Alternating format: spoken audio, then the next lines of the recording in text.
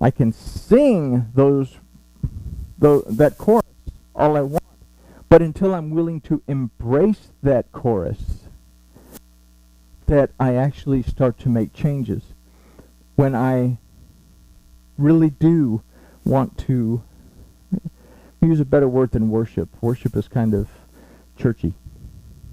When I really want to communicate with my Elohim and be in a relationship with my Elohim, that I can feel the presence of his Spirit with me and know that my Elohim is with me. Then I embrace my spiritual side and I push my carnal side away, or aside. We can't survive without our carnal side. Don't get me wrong. We have to have it. Just like we have to have the spiritual side. Okay? If we take away the carnal side, we become jello, basically. Okay? We can't argue with anybody, and everybody walks all over us because we're so spiritual.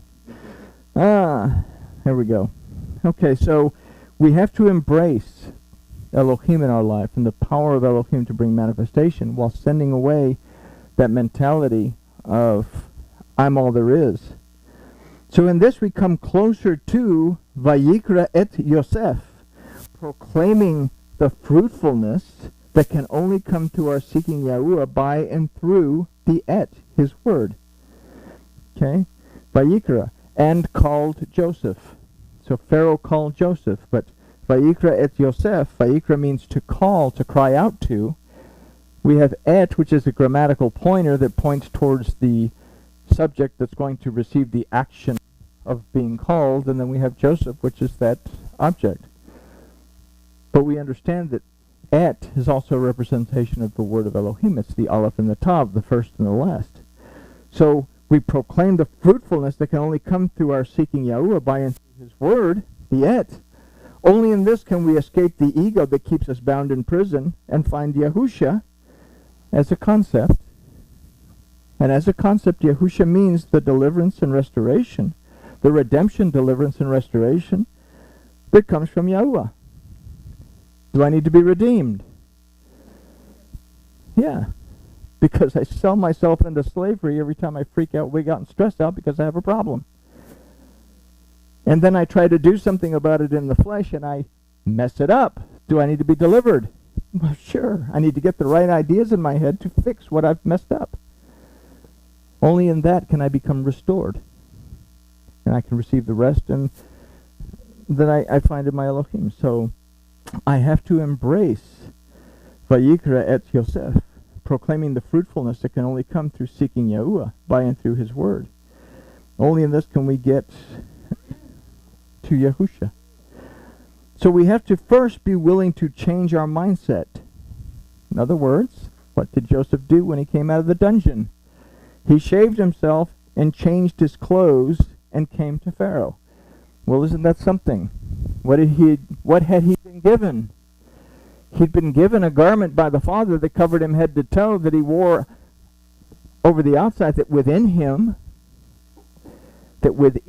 existed something that was more powerful than what was outside of him. Okay, we'll come back to that in just a second. Think about that.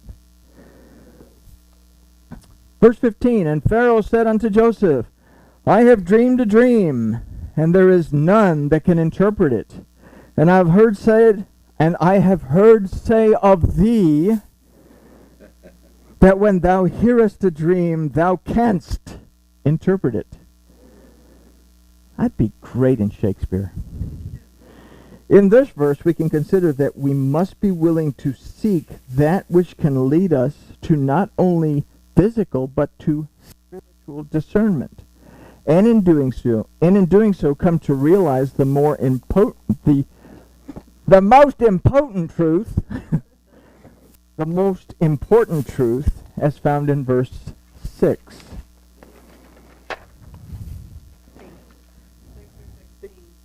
$16.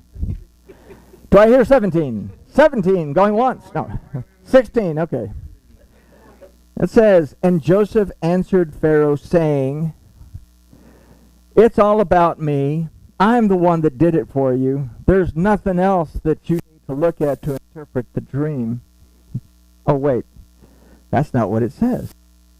And Joseph answered Pharaoh, saying, "It is not in me. Elohim will give Pharaoh an answer of peace."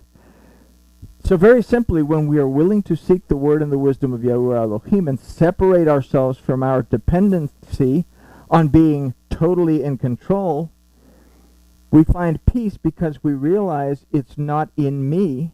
Elohim gives me, or Elohim will give Pharaoh the answer of peace. So if I have this garment within me that allows me to hear Elohim, then I have to change my mindset from I can do all things through me who strengtheneth me. Oh wait, that's not how it goes. I have to change my mindset to understand that I can do all things through Mashiach that strengthens me.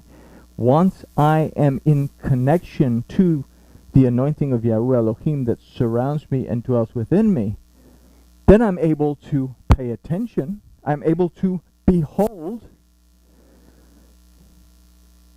And then I find balance between the spiritual side and the carnal side, which allows me to move through life in a stable condition. I'm not trying to keep up with the Joneses. I have what I have. It works. I become grateful. I become grateful as opposed to becoming someone who's constantly wanting to gather sheaves together. Okay? So we have to change our mindset from one that says I can do all things through me who strengthens me to I can do all things through Mashiach, the anointing of Yahuwah that strengthens me, until we find the right river that surrounds the land of Havilah where there is gold. And once we find that first head, well, that's where the river starts, and then it branches off. The first one goes to Havilah. If I can find that one, I don't have to struggle through the other three. But then I can find myself back in Eden, and I don't have to die to get there. I can live in the presence in the garden of my Elohim.